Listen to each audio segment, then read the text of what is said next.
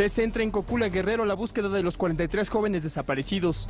El Procurador General de la República, Jesús Murillo Caram, pide no especular en torno al caso. Nosotros no podemos hacer al respecto nada mientras no tengamos una evidencia clara y plena de lo que sucedió ahí. En ese sentido es en el que están trabajando los peritos y en el momento que tengamos resultados los informaremos inmediatamente. El gobierno federal reforzará la seguridad de 17 municipios de Guerrero. Que va a ser acompañada con diferentes estrategias, con mandos que nos permitan que pueda la ciudadanía confiar en los que están ahí, cuidándole a ellos y a sus familias. Dictan auto de formal prisión a Amado Yáñez, socio mayoritario de la empresa Oceanografía. Inicia en el Senado de la República la comparecencia de aspirantes a dirigir la Comisión Nacional de Derechos Humanos. Todos compartimos esa preocupación. Por eso mismo vamos a darle un contexto de discusión sustantiva de qué tipo de Comisión Nacional de los Derechos Humanos necesitamos para el siguiente periodo, porque el país lo exige. Tiroteo en el tribunal de Nashville, Estados Unidos, deja como saldo 2 personas heridas. ¿Qué tal? Muy buenos días. Bienvenidos al Primer Café. Yo soy Ana María Salazar. Me acompaña esta mañana Raimundo Riva Palacio, Paco Abundis. Es que tuve una confusión ayer. Yo ya no sabía quién era, Raimundo. Te presenté como Ana María Salazar y yo como el diablo. ¿Cómo estás? Buenos días, Raimundo. Buenos días. Tenemos como información muy fresca. El presidente canceló su viaje a China, pero no está China realmente el viaje de destino final, sino suponemos que este viaje, como era la solicitud del Senado ayer, incluye también la reunión del G20 en Brisbane, en Australia. Sí. Realmente el viaje a China era una escala para, pues en respuesta a una invitación que hizo el presidente chino, viajaba a Asia para, realmente el objetivo era la cumbre del G20 en Brisbane, donde van las 20 economías más importantes del mundo y una que otra colada como la española, como la española, que por cierto siguen cayendo políticos españoles en lo que se le llama la Operación Púnica, que es sobre corrupción en el sistema político español. Pues ahora el que está sujeto a proceso es el exsecretario general del Partido Popular en Madrid.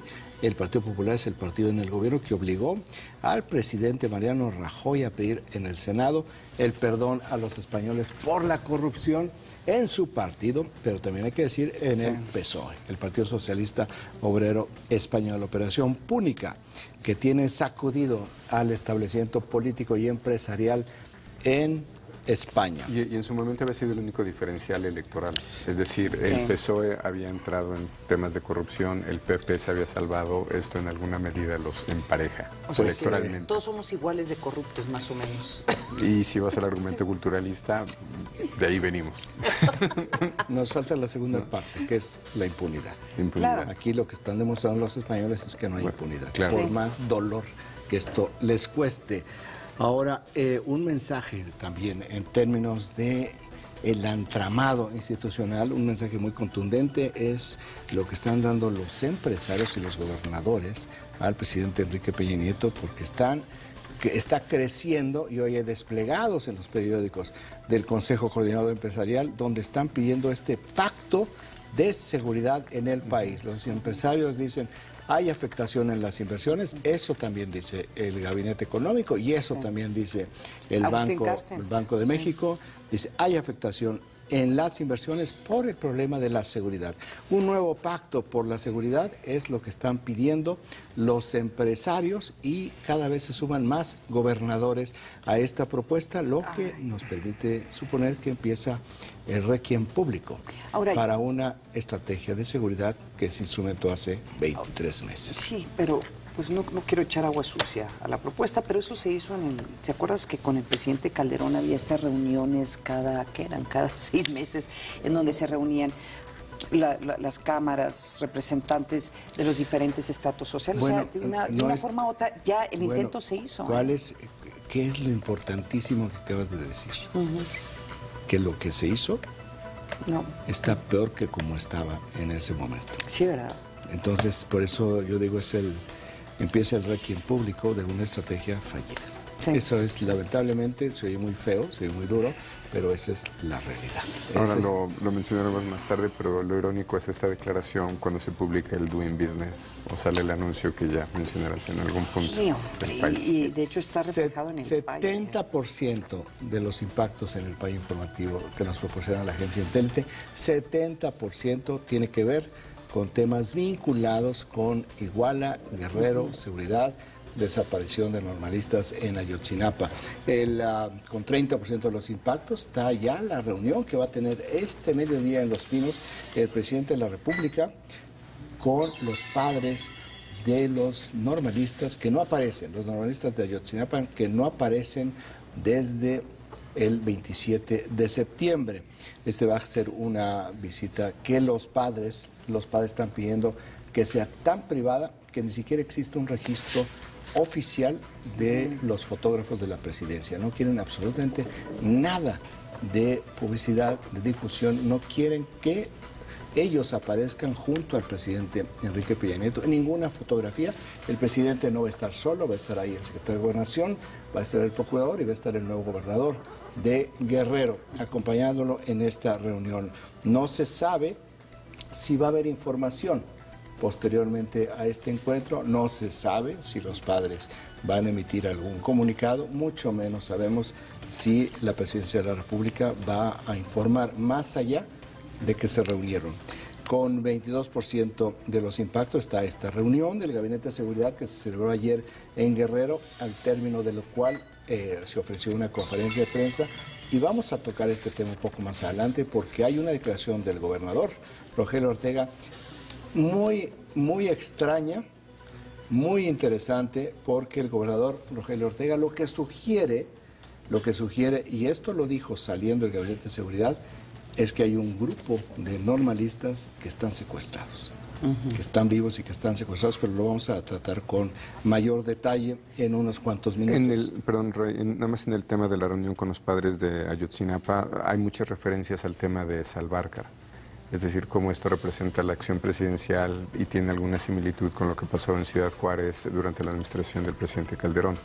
Es como, para algunos lo están comparando como la reacción presidencial a un tema cuando ya tiene que entrar directamente el Ejecutivo. Bueno, el problema es que sí hay una diferencia monumental. Muy importante. Aquello fue un asunto de criminales directamente contra un grupo de jóvenes y aquí es un grupo de policías criminales con criminales directamente contra jóvenes. Presidente municipal dirigiéndolo, jefe de plaza. Por eso el nivel de lo que sucedió en Iguala es por lo cual se creó el crimen de lesa humanidad como consecuencia de lo que hicieron los nazis en la Segunda Guerra Mundial. Es de ese tamaño lo que sucedió en Iguala y por eso también es lo que está haciendo el presidente de la República, que está teniendo que remangarse las mangas y salir. Él es el único miembro del gobierno federal que ha salido todos los días desde hace 2 semanas y media a dar la cara. El único. Uno piensa, ¿y qué pasa con el equipo que tiene que apoyarlo, verdad? Para que no sea únicamente porque los amortiguadores que requiere un presidente de la República. Sí, no, son como los secretarios. César Gaviria, cuando estaba en la OEA, me decía, los secretarios deben de ser como switch, como fusibles, que los prendes y los apagas cuando los necesitas. El equipo de los presidentes son fusibles. Sí, son fusibles. Y deben actuar como fusibles, no deben actuar como lámparas en el Palacio de Versalles, de donde no me toques porque me puedo fundir. No, para eso son los colaboradores del presidente. Y el presidente ha tenido que salir directamente y no logra frenar lo que es el incremento de alerta en el mundo, como lo demuestra el tercer tema, 18% de los impactos, la Casa Blanca. La Casa Blanca, el portavoz de la Casa Blanca fue preguntado ayer en la conferencia diaria que tiene el portavoz de la Casa Blanca sobre el caso de los normalistas de Ayotzinapa, y Josh Earnest, que es como se llama el vocero de la Casa Blanca, dijo que el gobierno del presidente Barack Obama está muy preocupado por la desaparición de los normalistas. Y se refirió a la declaración del Departamento de Estado ya hace poco más de 2 semanas, donde pues urge el Departamento de Estado al Gobierno de México a actuar con transparencia, con prontitud y llevar a los responsables de los crímenes, porque hay crímenes, se asesinaron,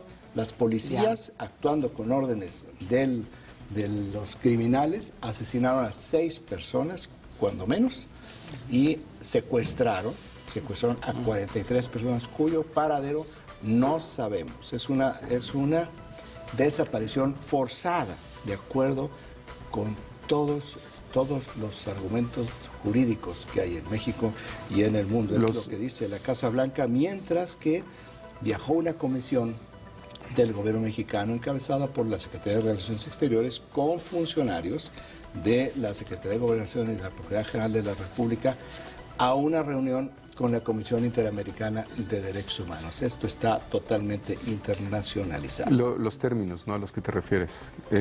Transparencia, investigación clara y responsabilidad. Eso fue la posición de los Estados Unidos en voz del Departamento de Estado, ¿verdad? Así es. Y es lo que dice ayer Josh Earnest, que es lo que espera el gobierno de Barack Obama, quien, sin embargo, adicionalmente a esto, dice, el presidente Obama está muy preocupado por la desaparición de los normalistas en Ayotzinapa. ¿Qué implica subir de nivel?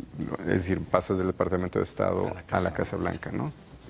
O sea que es el rango, ¿no? La situación sí está muy complicada, a nivel internacional, porque aquí ya están todos los órganos internacionales de gobierno y no gubernamentales en el mundo con los ojos puestos en qué es lo que pasó con los normalistas de Ayotzinapa. ¿Quién faltaría? Perdón, ya tenemos Parlamento Europeo, ya tenemos... Es que está la ONU, y es el alto comisionario de Derechos Humanos que le está pidiendo al gobierno de México que le dé competencia a la Comisión contra Desapariciones Forzadas. ¿Qué más arriba podría llegar?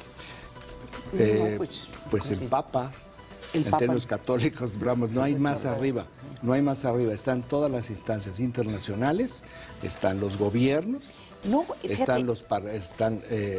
que pudiera venir, y creo que es muy pertinente ahorita reflexionando, es que hubiera una serie de audiencias en el Congreso, que ahorita están muy ocupados en sus elecciones de la próxima semana, que hubiera una serie de audiencias sobre derechos humanos en México. Fíjate dónde... El eco que esto tendría en audiencias, digamos, en el Comité de Relaciones Exteriores del Senado, que es altísimamente influyente, pues lo que provocaría es que te empiecen a airear absolutamente todo lo que ha sucedido en México en los últimos años, de manera institucional, de manera no institucional, y que te empiecen a invitar, que es lo que hacen en este tipo de comisiones, a pues ONGs de México. Entonces es como llevar al padre Solalinde al Capitolio a que diga lo que quiera. O sea, es de ese tamaño lo que puede suceder, y lo que sucede perdón por la redundancia, lo que pasa en el eco de las audiencias en el Senado, pues tiene un impacto directo sobre inversiones, sobre otro tipo de convenios, sobre la iniciativa Mérida. Si el presidente Obama, el presidente Peña Nieto, en su primer encuentro con el presidente Obama, le dijo, hemos revisado la iniciativa Mérida y no estamos de acuerdo con el énfasis policial militar que se le dio, y lo que queremos es que venga un énfasis para fortalecer las áreas de administración y procuración de justicia. Lo que le pueden decir en Washington es, ¿y para qué te sirvió ese dinero? Porque tus áreas de procuración y administración de justicia produjeron igual. Oye, y siguiendo tu lógica, también tiene que ser muy incómodo para el presidente hacer viajes internacionales en este momento, porque la única pregunta que le van a hacer, o sea, imagínate que la nota del G20 fuera el presidente tratando de explicar lo de Iguala en el G20, o su viaje a China teniendo que explicar ante las preguntas de los corresponsales extranjeros el tema de Iguala a los corresponsales. Entonces, el cancelar su viaje en este momento yo creo que también tiene esa lógica. Porque pero tiene sobre todo de sensibilidad, ¿no? Y bueno, en un gobierno tan enfocados a la imagen, bueno, no querrán que un problema, ya fueron suficientemente insensibles para no entender que este tema de desapariciones forzadas les iba a explotar en el corazón del gobierno federal. Bueno, menos mal que están actuando con una mayor sensibilidad y que dicen, no es el momento. No es el momento porque las críticas, o sea, ya hay suficientes críticas para que todavía de manera gratuita tú le añadas un poco de combustible al fuego. Pero nada más, hace 2 semanas, en un artículo de The Guardian, escribieron lo que estás diciendo y en ese momento parecía excesivo. En una sección que se llama Opinion is for Free, que eventualmente Estados Unidos iba a tener que ser llamado a cuenta por el financiamiento que estaba dando a México y la falta de control. Y hace 2 semanas parecía... Bueno, hace 2 semanas quienes no quieren ver, quienes no querían ver.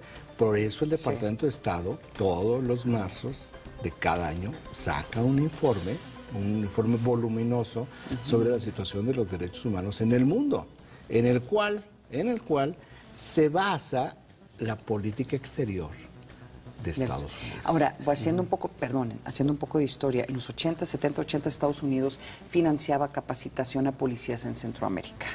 Y llegó un momento en que fue tal la presión por las violaciones de derechos humanos que tuvieron que cancelar esa capacitación y redactaron una ley y aprobaron una ley en donde el gobierno de Estados Unidos ya no podía apoyar capacitación en policías en general. Lo cambiaron a la luz de Plan Colombia. Precursora de la enmienda Boland. Sí, ¿te acuerdas? ¿Verdad? Bueno, entonces, lo que estaba sucediendo en Centroamérica era una situación de guerra, pero no dudes, ante la luz de lo que está sucediendo, que vuelvan a retomar estas ideas y esta iniciativa, cuestionando por qué el gobierno de Estados Unidos debe de estar apoyando o dando recursos a policías que están cometiendo este tipo aquí hemos insisto de violaciones. Durante casi un mes.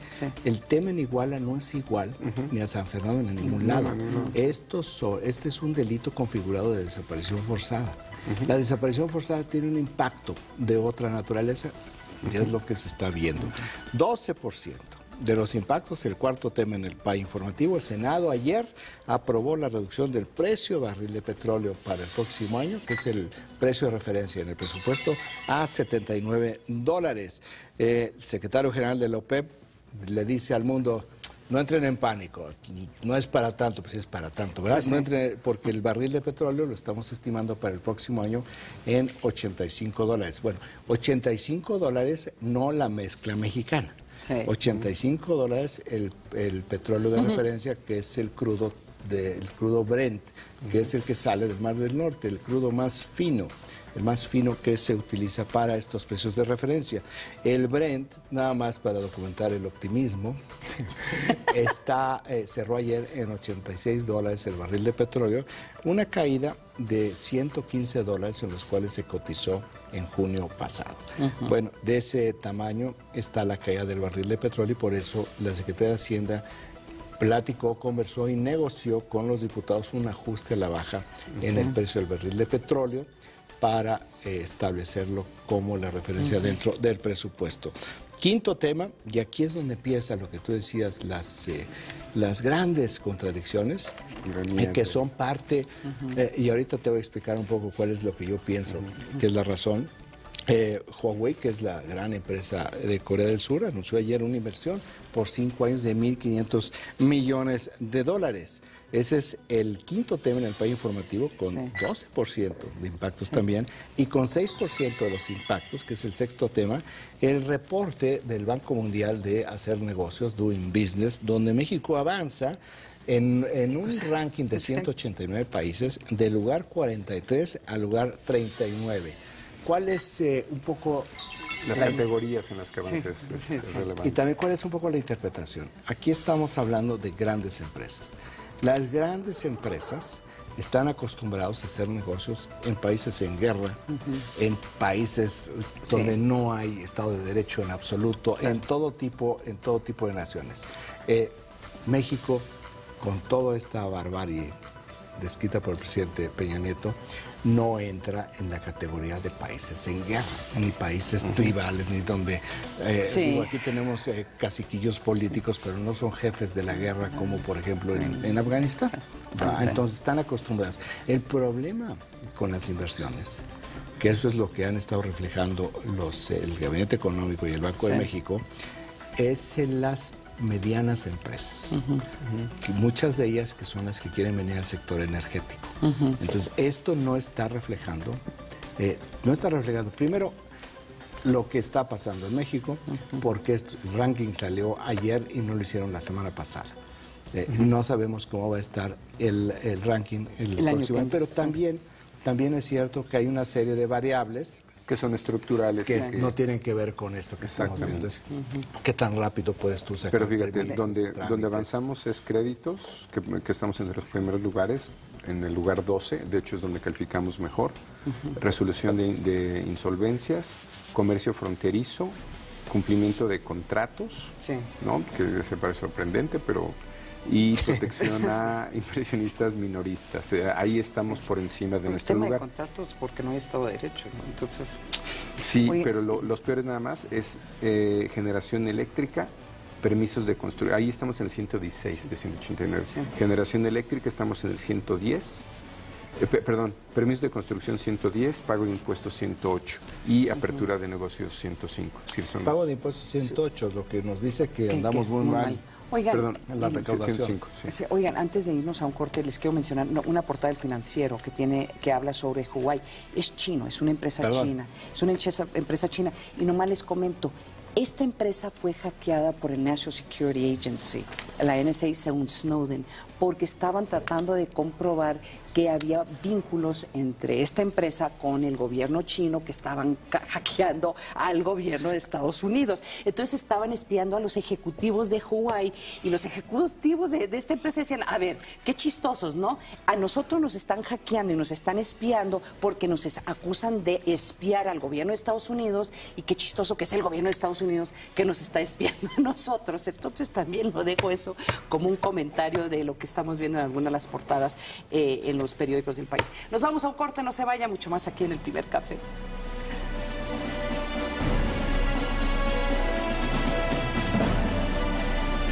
Armando Melgar Bravo, fuerte los aplausos para él. Con compromiso, actitud y sentido de servicio es como se ganan las cosas. Es la filosofía del senador por Chiapas, Luis Armando Melgar Bravo. Chiapas no es la última frontera, es la primera, en donde se pone el corazón a todo lo que se hace. Y aquí en Metapa el país comienza, y aquí en Metapa le ponemos el corazón a Chiapas. En su visita a este municipio, el senador recorrió escuelas y dijo sentirse orgulloso de servirle al Estado a través de iniciativas que impulsen la educación.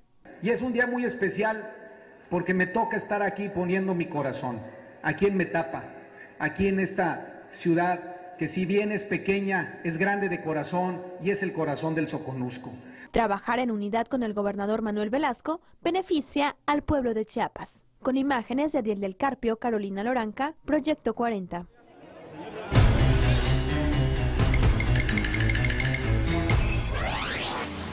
Cruz Roja Internacional. Se fundó el 29 de octubre de 1863. 187 naciones forman parte de este organismo. Colaboran 13 millones de voluntarios. El dato útil para comentar en el café. Este miércoles, los 7 pecados capitales de Farándula 40. 22 horas. Proyecto 40. Cuando quieres perder kilos, hay opciones que te ponen un 4 y te desmotivas. Pero Redustat 60 te da 4 razones para lograrlo. Bajas el doble junto con tus actividades físicas y comida sana. Actúa solo en tu intestino sin afectar tu organismo. Junto a nuestros asesores, tus inquietudes se resuelven. Ahora sin receta y con la concentración ideal para lograr los resultados deseados. Baja más con Redustat 60. Proyecto Viajero 40. Los destinos los ponemos nosotros. Tú eliges a dónde ir. Estreno. Miércoles 23:30 horas. Proyecto 40. Las voces de la verdad están en Todo Personal. De lunes a viernes a las 21 horas. Proyecto 40. Me afilié al PT porque ayuda a las madres trabajadoras. Me afilié al PT porque apoya a los adultos mayores. Me afilié al PT porque defiende mi petróleo. Me afilié al PT porque defiende la economía familiar. Me afilié al PT porque está en contra del gasolinazo. Estoy con el PT porque apoya el deporte.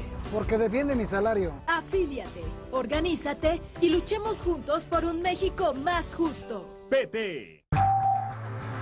Su trabajo no tiene nada que ver entre unos y otros. Sin embargo, una razón muy poderosa se asemeja entre ellos. Liderar a México rumbo al éxito. Raúl Ferráez te presenta los rostros, las biografías y las historias de éxito de los líderes más importantes de nuestro país. Bienvenidos a Líderes Mexicanos 40. Viernes 21 a 30 horas. Proyecto 40. La Suprema Corte pone a tu disposición el buscador jurídico avanzado en materia de derechos humanos. Este motor de búsqueda para Internet contiene las sentencias de la Corte Interamericana de Derechos Humanos, así como sus criterios y jurisprudencias. Consúltalo www.supremacorte.gov.mx. Tus derechos están protegidos por la Constitución y la Constitución por nosotros. Suprema Corte de Justicia de la Nación. Salvaguarda de tus derechos. Every single episode is something new. Can't wait for you to see. Los Restauradores. Viernes 22 horas. Proyecto 40. Esta semana en Vértigo. En el caso Iguala, el presidente Peña Nieto comprometido con la verdad y la justicia. Conozca los detalles de las investigaciones y las acciones que ha tomado el gobierno federal para garantizar que no haya impunidad en Guerrero. Encontrar a los responsables y aplicar de manera estricta la ley ante estos hechos.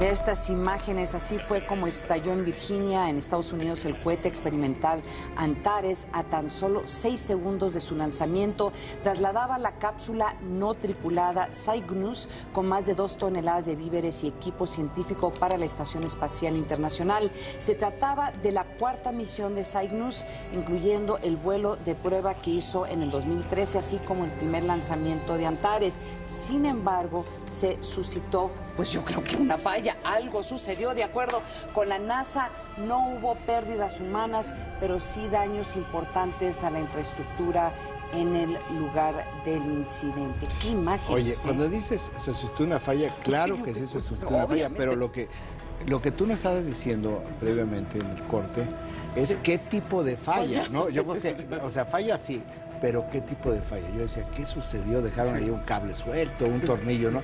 Pero tú decías algo espantoso.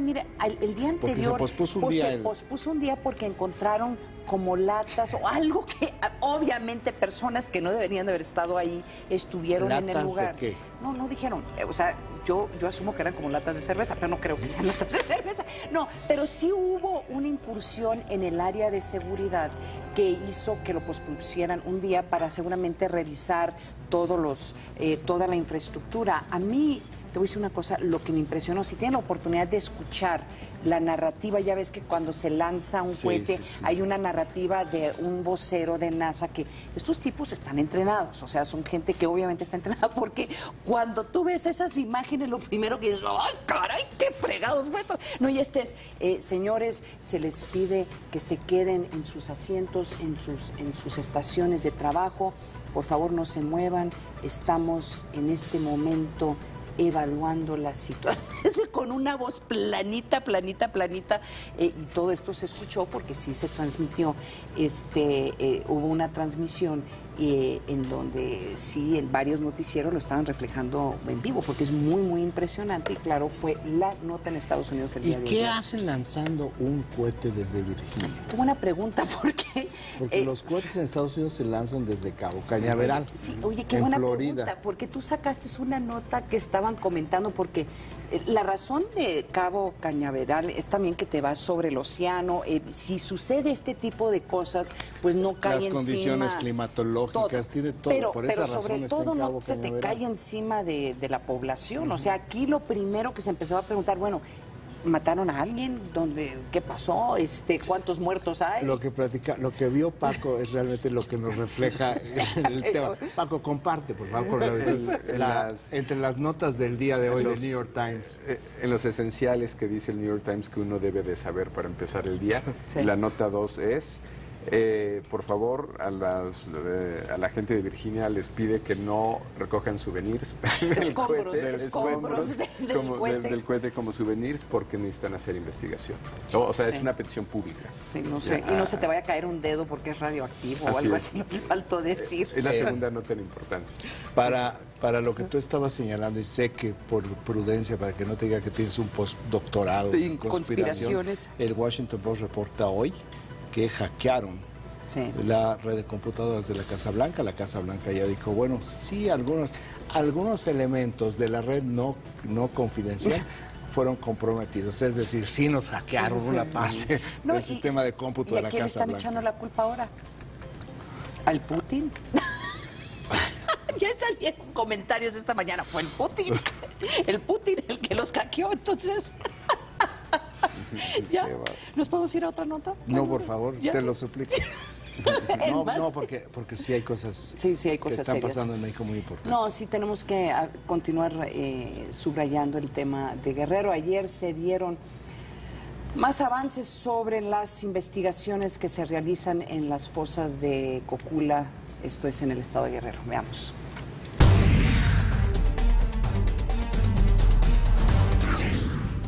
El Procurador General de la República, Jesús Murillo Caram, pidió no especular sobre el hallazgo de las fosas clandestinas ubicadas en el tiradero municipal de Cocula, Guerrero, e hizo un llamado para esperar los resultados de la investigación.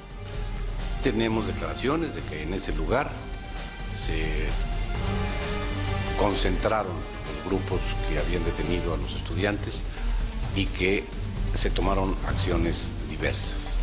Nosotros no podemos hacer al respecto nada mientras no tengamos una evidencia clara y plena de lo que sucedió ahí. En ese sentido es en el que están trabajando los peritos y en el momento que tengamos resultados los informaremos inmediatamente.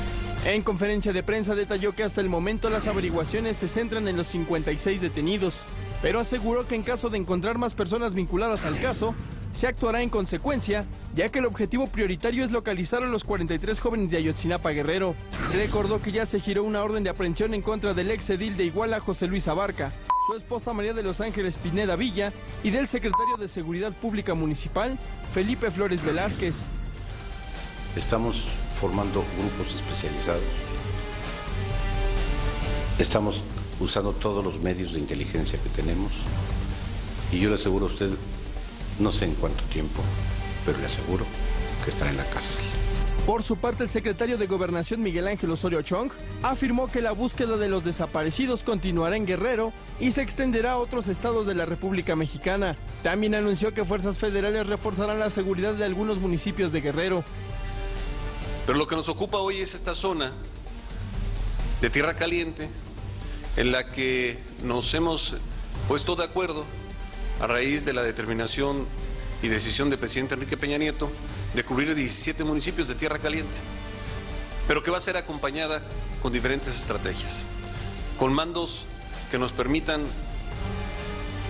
que pueda la ciudadanía confiar en los que están ahí, cuidándole a ellos y a sus familias. A su vez, el gobernador de Guerrero, Rogelio Ortega Martínez, destacó que trabajará de manera conjunta con el gobierno de la República, esto luego de reunirse con el presidente Enrique Peña Nieto y el Gabinete de Seguridad. Estas reuniones son muy rápidas y ejecutivas. Me permitió hablar de toda la problemática, no solo la coyuntural, sino de los grandes rezagos que Guerrero tiene y la necesaria intervención de la Federación para que aprovechemos la crisis que hoy tenemos para salir fortalecidos de ella. El mandatario estatal agradeció que las autoridades federales atendieran su llamado para regresar la tranquilidad al Estado. Regresamos con nuestros analistas a la mesa de El Primer Café.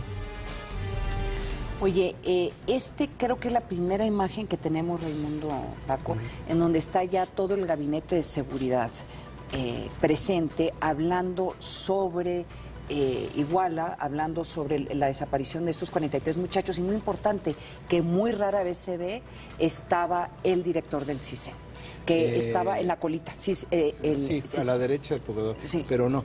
Hay una fotografía de Los Pinos con el presidente Peña Nieto ya después de esto, del Gabinete de Seguridad.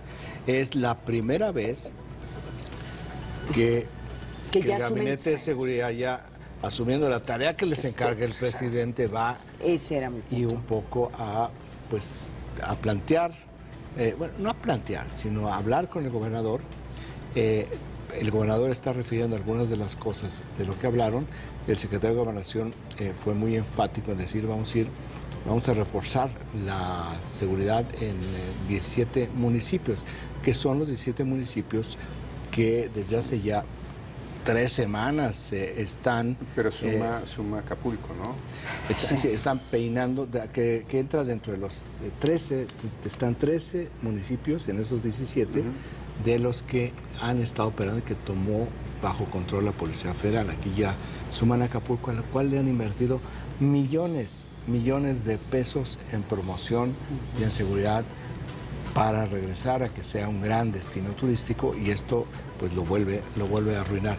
Hay algo que a mí, yo decía al principio de esta emisión, que me pareció de altísima relevancia, que dijo el gobernador Ortega, y yo no sé si es un fraseo, yo no sé si es si simplemente habló lo que pensaba, pero un gobernador saliendo de un gabinete de seguridad no puede decir las cosas que dijo. ¿Qué es lo que dijo? Que él hace un llamado a quienes pudieran tener a los estudiantes normalistas de Ayotzinapa para pedirles que los devuelvan, y que él se ofrece a negociar y, dado el caso, a intercambiar él por los estudiantes normalistas. Sí. Bueno, esto no está registrado en la prensa.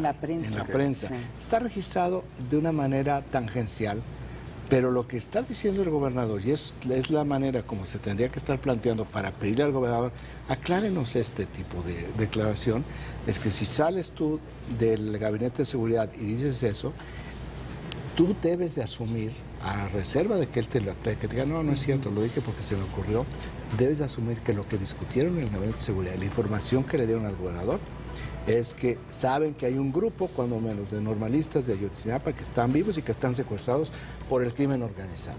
Eso es lo que yo entiendo claramente del gobernador. Lamentablemente, y es algo que nos hemos quejado aquí mucho tiempo, no hubo un periodista que le preguntara, ¿a qué se refiere, gobernador?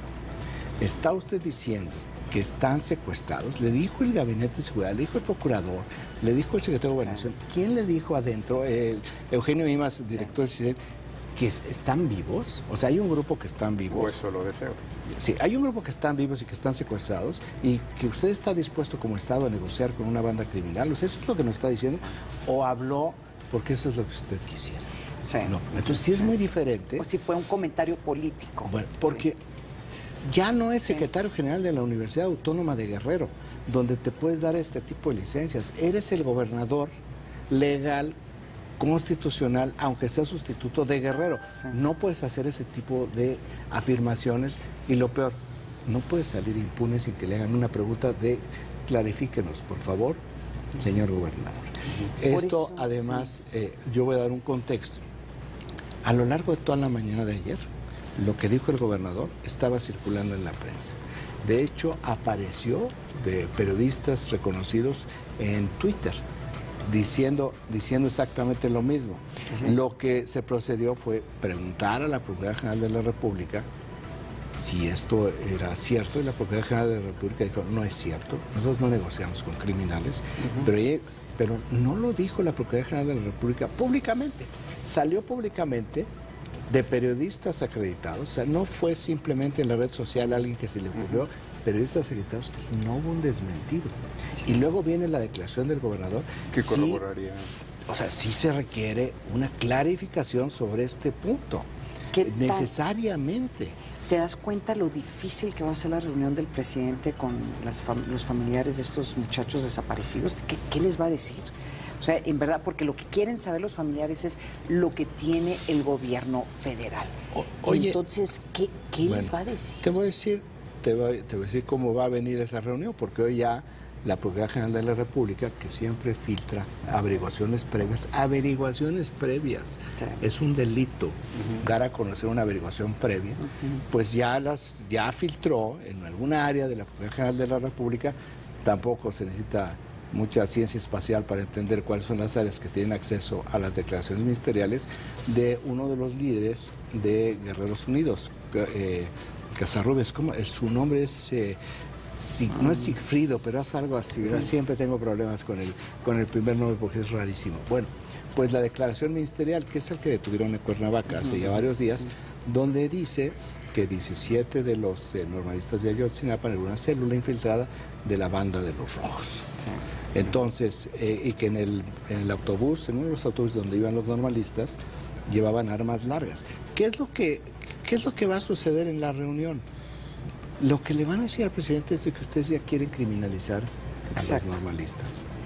Entonces, esas filtraciones no son una necesidad pública en algún punto. Es decir, en este énfasis de transparencia, de certidumbre... Si es una necesidad pública para suicidarte, es una averiguación previa. No, estoy de acuerdo. Estoy de acuerdo con pero es muy difícil entender el contexto de lo que sucedió esa noche si no está esa información. Lo que te digo es que es una averiguación previa. Sí. Sí es muy importante conocer a fondo y ni modo, lo que salga, o la base de la investigación, que supongo que es la intención de filtrar. Pero que... No entiendo, hasta parece un sabotaje, porque lo que te genera es inmediatamente una reacción adversa. Si el presidente ha venido construyendo a través de un trabajo de orfebrería, que eso es lo que ha estado haciendo, tallando las cosas a mano, para que esto no explote más de lo que está explotado. Y de repente se levanta esta mañana y dice, ¿qué es lo que hizo la PGR? Porque es Penélope. Sí. Entonces todo lo que viene él reconstruyendo, de repente se lo destruyen. Porque entonces se valida todo lo que se venía acusando al gobierno federal de que querían criminalizar la protesta social. Explícale este mediodía a los padres de los 43, porque no sabe quiénes son los 17, es que no es así, es que fíjese que hay normalistas buenos y normalistas malos, eso no lo puede decir el presidente. Se va a tener que tragar todo lo que le digan. ¿Y qué hace? Son familiares de jóvenes que no aparecen. Sí. No, y todo el entorno que se estaba construyendo, que lo recibe el presidente, que sigue apostando su capital político, y de adentro de tu gobierno te tiran el balde con agua fría. Oye, esto parece sabotaje interno. Sí. ¿Esto lo hizo el procurador? No, no lo hizo el procurador, por supuesto que no. Esto es el principal afectado de esto. ¿Validaría algo de lo que dice el padre Solalinde? El padre Solalinde sigue siendo un irresponsable. Yo digo, ese es otro. Ese es otro tema que llamamos. Pero a lo que voy es, en sus declaraciones públicas, que estoy de acuerdo son muy delicadas, ¿no? Está básicamente yendo por esta versión. Uno, de no todos están muertos. No, bueno, creo que él había dicho que sí estaban muertos. ¿Te acuerdas que sí? Es un poco... ha sido muy contradictorio. Yo leí un periodista que sacó un domingo. En breve va a pedir su licencia el gobernador Ángel Helado Aguirre. 6 días después pide licencia. Dice, ¿cómo lo adelanté? Sí. Yo he leído, no ahora, pero he leído en otros momentos, 18 meses después, dice un periodista, ¿cómo lo adelanté? Hace 18 meses, aquello era una invención. Sí. O sea, que a veces la realidad coincide. Pero sí es importante, sí se va a tener que esclarecer qué sucedió esa noche. Porque para evitar que esto vuelva a suceder, tú tienes que entender cuáles son los factores que llevaron a ese enfrentamiento. Fíjate, ahí voy. El Estado mexicano tiene que saber exactamente qué es lo que sucedió, no necesariamente lo va a decir. Claro. Eso. Entonces, claro. ¿Qué es lo podrá filtrar por otra parte, pero no lo va a decir. Sí, porque si esto fuera correcto, o sea, realmente lo que generas es mayor fuego. Ahora, bajo cualquier premisa, bajo cualquier resultado, el Estado mexicano tiene que saber, el gobierno tiene que saber exactamente qué sucedió. Claro. Ya decidirá, por razones de Estado, qué tanto hace público. Sí. No. Pero entonces ya será otro tipo de discusión. Es que a eso me refería, ahora que mencionaste esta cobertura o este tipo de periodismo que especula. que puedes decir muchas cosas, ¿no? Puedes apostar a distintas hipótesis y al final algo de lo que suceda te va a validar. Sí. Y eso iba con el padre Sorelinde, que eventualmente decir, ven como sí. Va a ser el héroe. Sí, claro, el héroe. Yo lo dije primero. Sí, claro. Por ahí iba. Claro, cuestionando los niveles de credibilidad son mucho más altos en todo aquel que no esté en el gobierno, sin importar qué gobierno sea. Sí, claro. O sea, de manera natural en México nos inclinamos por... Y ahora en esta discusión del Estado, quiero llamar la atención sobre dos fotografías que aparecen hoy en el Universal, en la discusión sí. de la Cámara de Diputados. La de ayer, ¿no? La de ayer, que fue una protesta. ¿De qué Estado estamos hablando? ¿No? Entonces, claro, sí. Dice una manta, fue el Estado, ¿no? Primero. Sí. Mira, ahí está. Esa es la segunda foto, ¿no? Entonces, sí. primera impresión, el Estado mexicano. Primero fue el Estado, referido en términos conceptuales al Estado mexicano. Y le ponen al lado una manta más pequeña que dice el Estado de Guerrero. Sí, claro. No, pero es una discusión que tú me has dicho que has tenido en radio. ¿De qué Estado estamos hablando? Sí. Fuera de México están hablando del Estado país, de nuestra responsabilidad. Y dentro, ¿no? de la fuerza política, hay esta preocupación por distinguir. Y el PRD quiere decir que fue el Estado. Se le llama, a eso se le llama... PRI quiere que diga fue el Estado de Guerrero. ¿Sí? Eso se le llama propaganda subliminal. Sí, no, está... Porque lo que te queda en la cabeza es lo primero que ves. Sí. ¿No? Algunos ociosos como tú se fueron a la segunda y dijeron, se refieren a Guerrero, pero la primera imagen. La primera era... No, bueno, se nota el agregado, ¿no? Pero lo que voy es cómo ahí están... Ahí está, mira. Lo que te queda...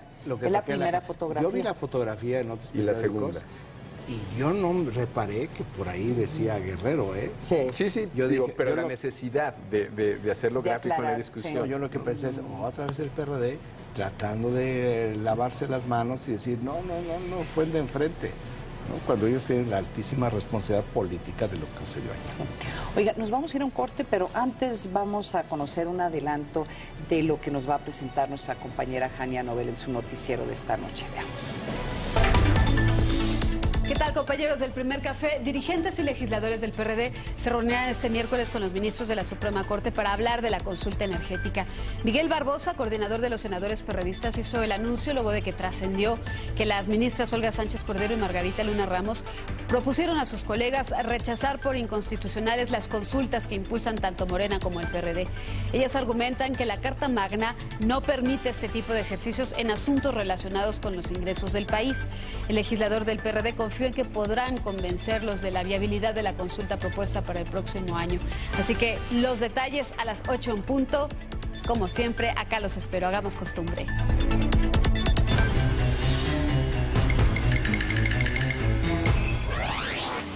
Cruz Roja Internacional. Al año salva en promedio 2.8 millones de vidas con los primeros auxilios.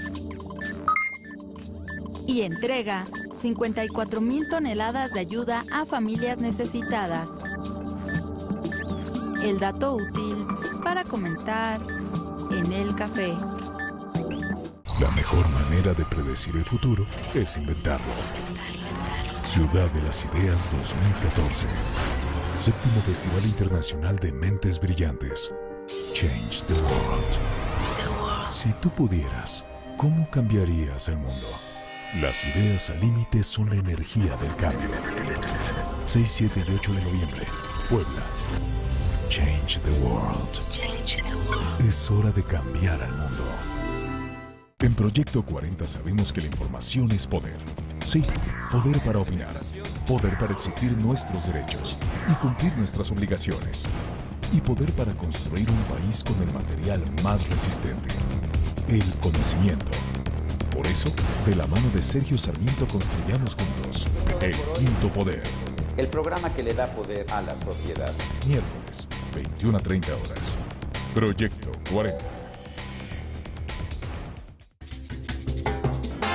Compré 2 trajes de hombre y 2 camisas.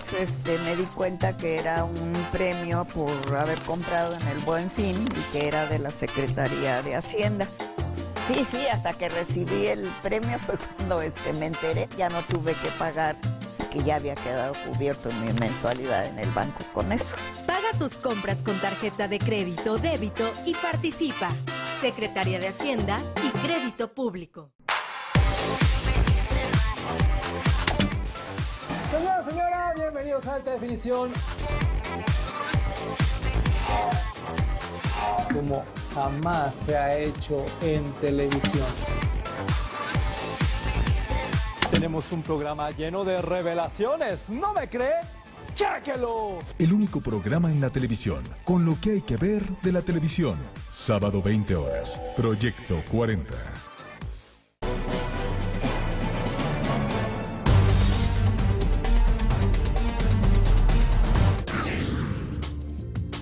Inicia la pasarela de aspirantes que lleva la presidencia de la Comisión Nacional de los Derechos Humanos. Comparecen 10 de 21 candidatos en comisiones del Senado de la República. Legisladores de todos los grupos parlamentarios entrevistaron a quienes desean ocupar el cargo de Ombudsman Nacional. Apuntaron que entre los criterios indispensables de elegibilidad están el conocimiento en la materia, la experiencia y el estar desvinculados del poder político. Todos compartimos esa preocupación. Por eso mismo vamos a darle un contexto de discusión sustantiva de qué tipo de Comisión Nacional de los Derechos Humanos necesitamos para el siguiente periodo, porque el país lo exige. Señalan que es imprescindible que el nuevo presidente de la Comisión Nacional de los Derechos Humanos, que deberá de renovarse en noviembre de este año, debe ser una figura capaz de ejercer contrapeso, un defensor fuerte que no obedezca a cuotas partidistas. La Constitución es muy clara, es un organismo autónomo y la autonomía tiene que ver en muchísimo el que tenga las condiciones óptimas para poder hacer las investigaciones. Entonces yo creo que la Constitución es muy clara y hay que cumplir con eso. Este martes comparecieron Carlos Pérez Vázquez, Miguel Nava Alvarado, Ricardo Vázquez Contreras, María Teresa Vallejo Pérez, Sara Irene Herrerías Guerra, Pavel Rodríguez Quesada, Alfredo Rojas Díaz Durán, Daniel Balboa Verduzco, Patricia Olamendi Torres y Claudio Jesús Mesa León. El jueves continuarán las comparecencias. Y ahorita estamos revisando cuáles cumplen con los principios de idoneidad. Eso es muy importante. Los retos que tenemos para el futuro inmediato, a partir de finales de noviembre que termina este periodo del actual presidente, necesariamente nos obligan a que repensemos lo que tiene que ser la Comisión Nacional de Derechos Humanos y quién tiene que presidirla. Regresamos con nuestros analistas a la mesa del primer café.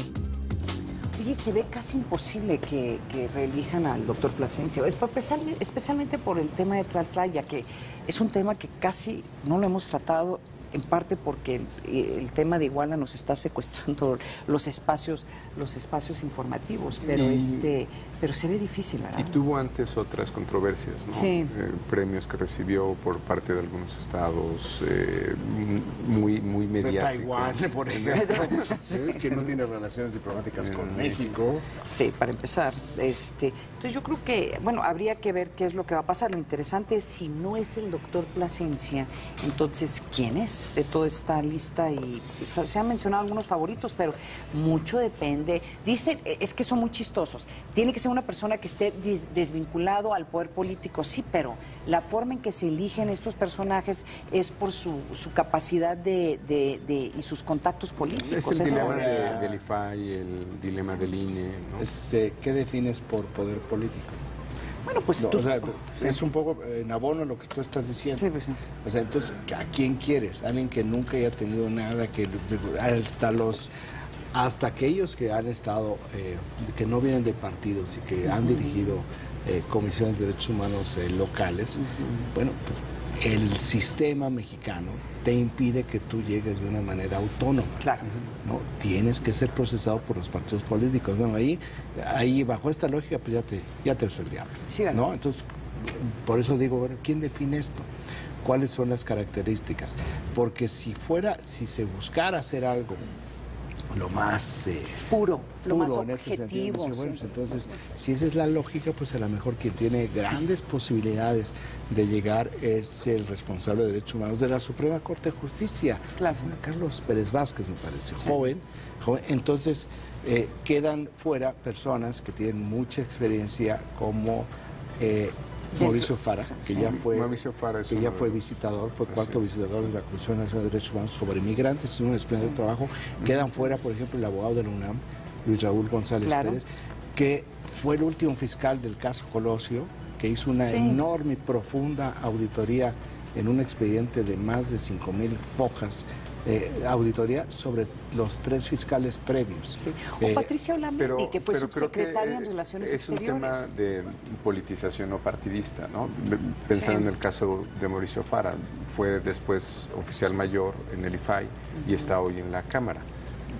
Eso te da cierta neutralidad, bajo esa definición.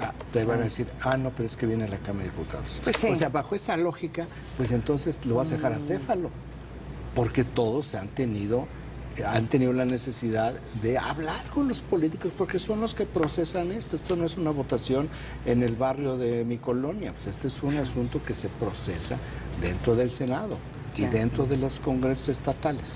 Oye, un tema que tenemos que tratar esta mañana, Raimundo, tiene que ver con el dueño de Oceanografía, Amado Yáñez. Oye, pero antes de eso, déjame decir. Sí. Una colega, Elisa de Torres del Financiero, me dice, entró a mi rescate, ya ves que no me acordaba yo cómo se llamaba este hombre, líder de que lo agarraron en Cuernavaca, Bueno, ya veo por qué no me acordaba. Sidronio Casarrubia se llama, bueno. Espero que cada vez que salga el nombre de Guerreros Unidos me mande un mensaje. Acuérdate que se llama Sidronio Casarrubias por aquí. Sidronio Casarrubias. Él es la declaración ministerial de él, es la que aparece hoy en la prensa a la cual nos referíamos. Ahora, si yo necesitaba precisar este nombre. Otros procesos penales que hay que mencionar tiene que ver con el dueño de Oceanografía, Amado Yáñez, quien recibió por fin auto de formal prisión por su probable responsabilidad en un quebranto a Banamex al dar datos falsos para obtener un crédito. Amado Yáñez Osuna, socio mayoritario de la empresa Oceanografía, recibió un auto de formal prisión por su presunta responsabilidad en un delito financiero.